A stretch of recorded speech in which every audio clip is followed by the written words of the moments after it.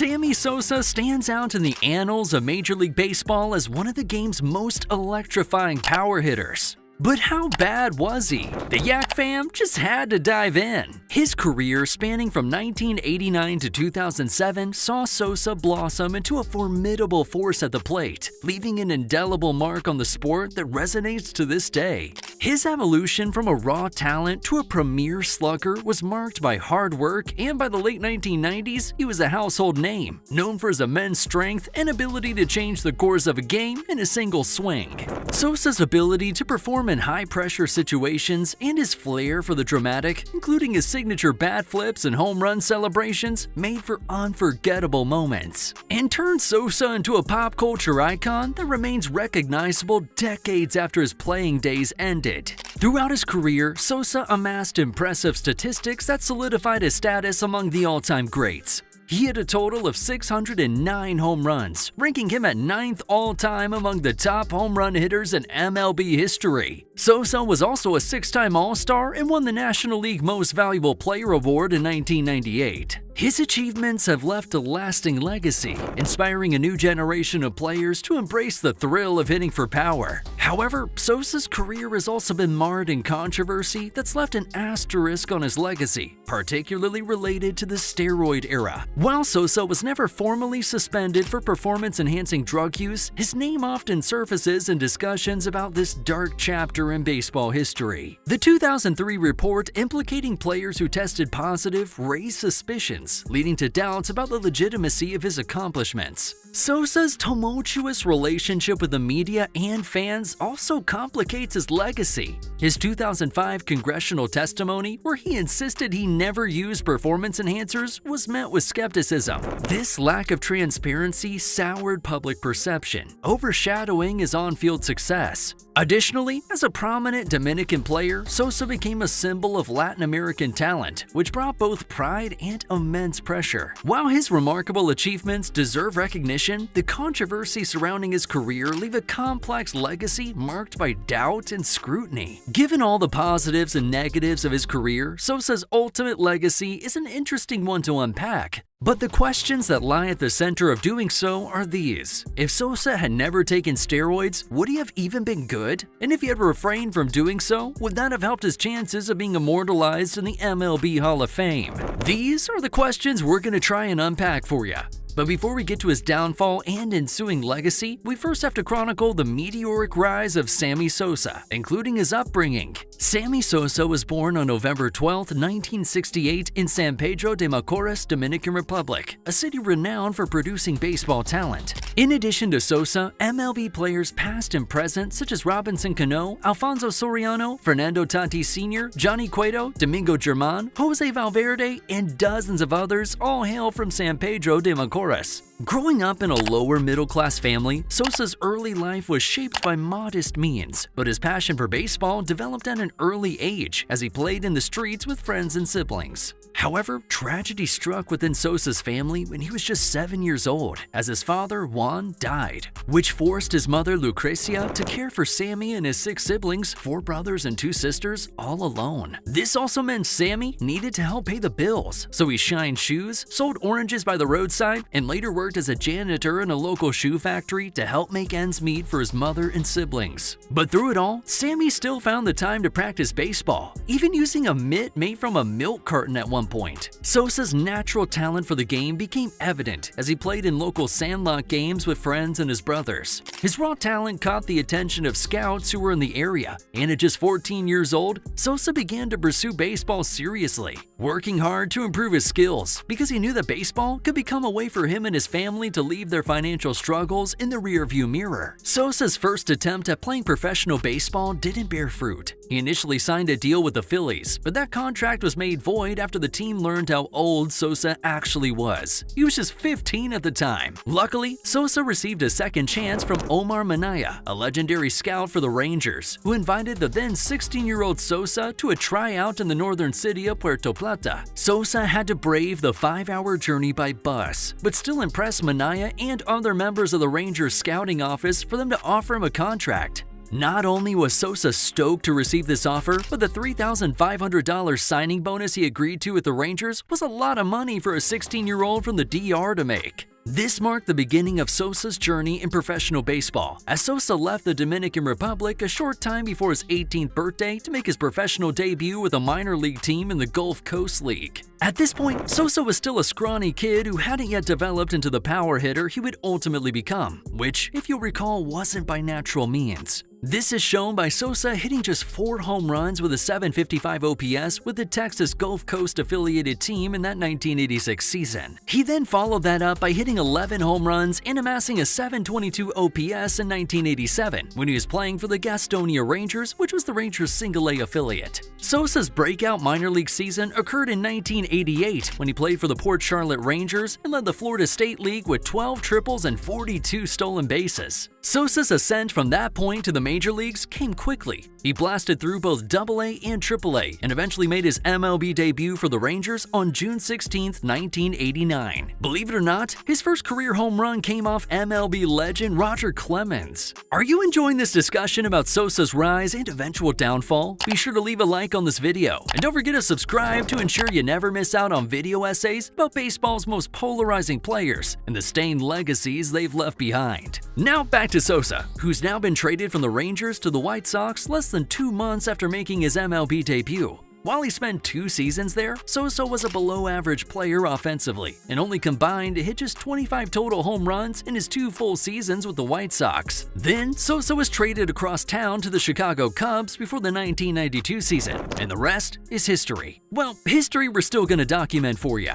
After an average 1992 season, Sosa burst onto the scene in 1993, hitting 33 home runs and driving in 93 RBIs. He followed this up with a 25 home run 1994 campaign, and then made his first All-Star team in 1995, finishing the season with an .840 OPS, 36 home runs, and 119 RBIs. Sosa produced similar statistics in the next 2 seasons, but somehow didn't make an All-Star team in either. However, it was the iconic 1998 season where Sosa blossomed into a full-fledged superstar. That season, he became embroiled in a historic home run chase with St. Louis Cardinals slugger Mark McGwire, which fascinated the baseball world and reignited interest in the sport following the 1994 strike, which was widely maligned. Sosa hit an astounding 66 home runs in that 1998 campaign, finishing just behind McGwire's 70. This exhilarating battle for the single-season home run record, which had been the 61 home runs Roger Maris hit in 1961 before McGwire smashed his 70,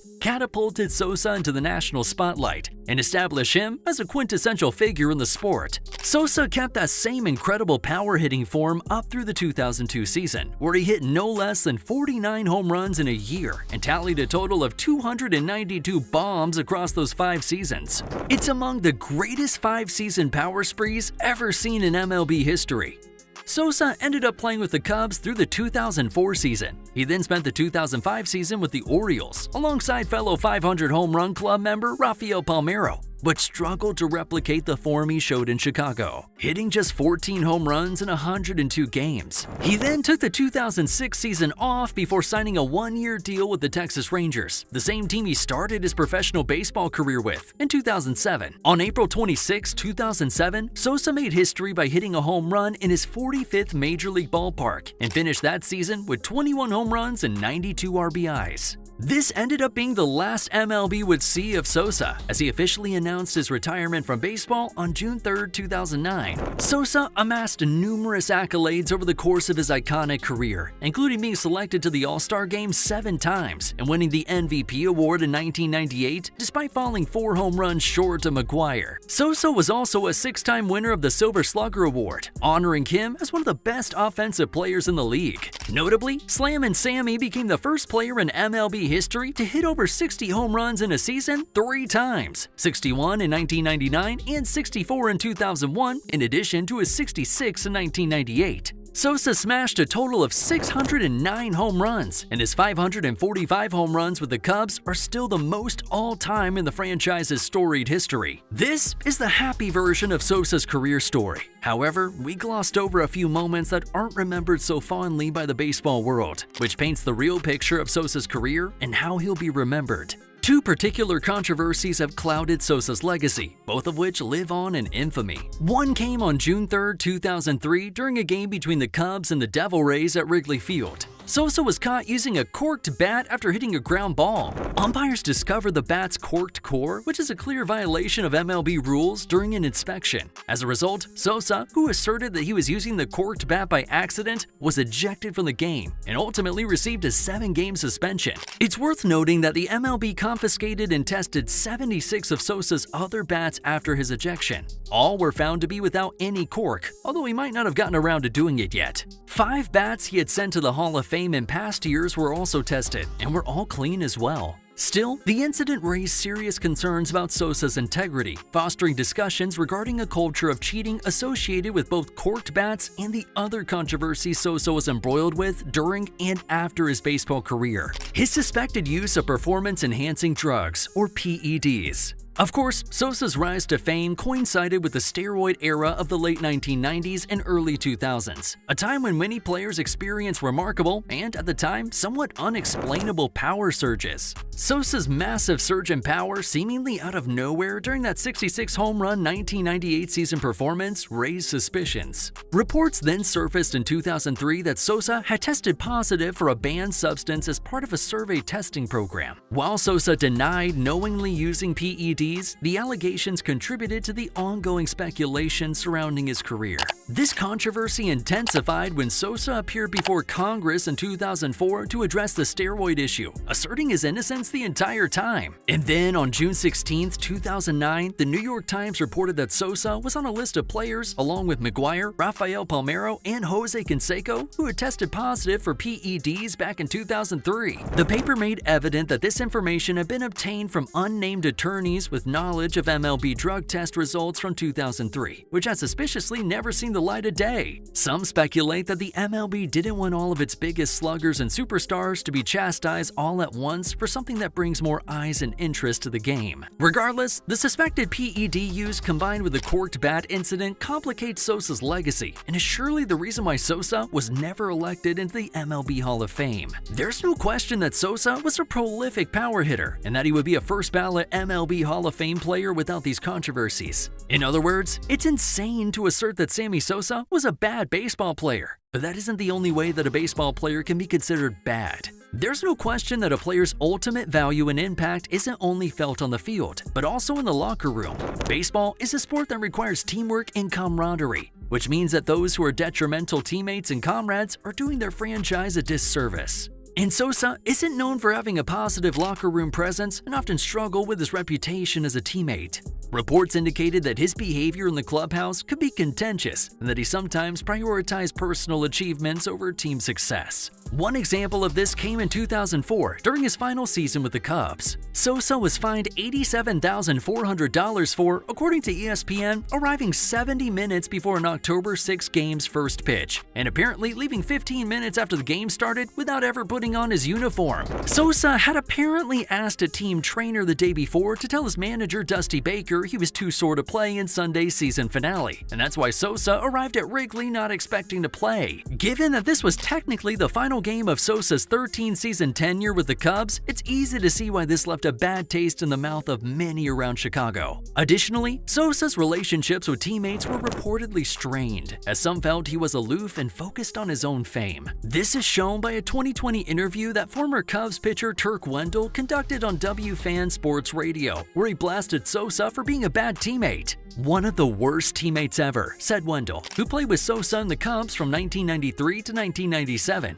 "He only cared about himself, hitting home runs. He didn't care if we lost 20-1. If he hit a home run, he was happy. That was Sosa being Sosa, I guess," Wendell continued. "One-on-one off the field, he's a good dude. We went to a shooting range a couple of times, but Sammy's just kinda all about Sammy. We got to a shooting range in Arizona, and they tell you no automatic bang bang bang bang type shooting. And next thing you know, Sammy's just doing whatever he wanted." I think sometimes some players get so used to people bowing down to them, giving them everything they want, they just think they can do whatever they want. He took it to the next level. Wendell concluded his tirade against Sosa by saying that he's heard during the 1998 season that he was in the clubhouse playing music and stuff after they lost, and I think it was Kerry Wood who just beat the absolute snot out of the stereo system, which was Sammy's. This indictment from Wendell does not paint Sosa in a great light. However, it also apparently doesn't tell the entire story, as there were also teammates who loved Sosa. One of these players is ESPN personality Doug Glanville, who spent a few seasons playing with Sosa on the Cubs. In a 2017 ESPN article titled "In Defense of Sammy Sosa," Glanville wrote, "I played with Sosa for about 3 seasons with the Cubs. I still saw a player who loved the fans, played with a smile, produced prolifically, and followed many rituals. From the time he hit in the cage every day to the number of cups of water he needed to splash on his face, and the song he ordained for half of the season to carry us through. Killing Me Softly, I Believe I Can Fly, Return of the Mac, Into Club, even an entire collection of Whitney Houston songs, long after her peak, blasted incessantly in the clubhouse." Glanville even addressed the aforementioned stereo system controversy, saying, "I know eventually there was beef over his boombox, but while I was there, it didn't seem nefarious. He just seemed to be a guy who survived on routine." When speaking about Sosa's on-field capabilities, Glanville said his aptitude and passion for baseball were clear. The skills, the work ethic, and the hustle were evident. General manager Larry Himes never stopped waxing about Sosa as a model for everything in a ballplayer. So what's the bottom line about Sosa? Was he a disgruntled, disrespectful slugger who popped for PEDs, a terrible teammate, and an overall bad guy? Or is he a humble, hardworking, but misunderstood dude from the Dominican Republic who might have made some mistakes but didn't earn his bad reputation? Well, we'll leave that verdict up to you. But what's undeniable is that Sosa provided a lot of entertainment for fans, teammates, and media, not only during his career, but during the modern day, nearly 20 years after he called it quits on his professional baseball career. After all, we just made, and you just watched, an entire video about him. Well, that's it, and thanks for allowing Baseball Yak to be a part of your day.